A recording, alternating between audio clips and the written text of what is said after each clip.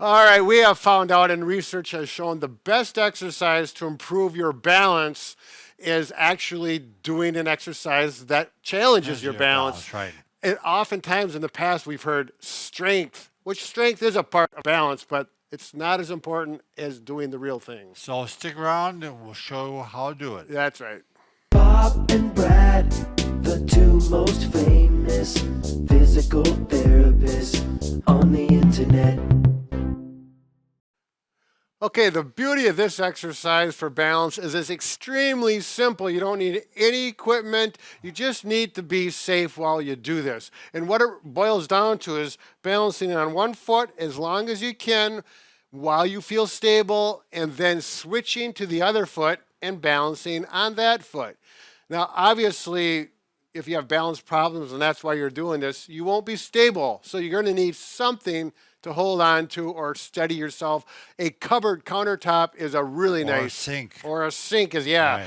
So we don't have a sink here, but if this was a countertop, I would put my hands here. If it was a sink, I would wrap my hands around to the sink so that you have something to grab onto. Right. We've done this for years Right. with people, our patients, in the clinic as well. Tell them to do this at home. So let's start with the right foot. Yeah, you'll make sure you shift your weight. So keep your feet about a foot apart. Shoulder width is a good train of thought with there, a good distance. Hands here, so you got your balance, and shift. And I would just start out with shifting right and left, get a feel for how it feels. And then shift, hold. If you feel pretty good, I would still keep your fingertips on that countertop, because if something happens, you're right there and you're safe. When you feel uncomfortable with that foot, shift to the opposite foot and hold, relax.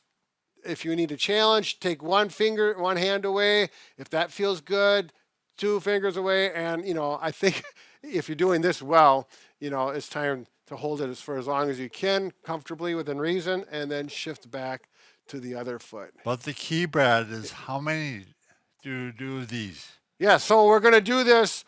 If you get up to 30 seconds, 5 to 10 at a time, and then you need to do these. This is a key, a lot.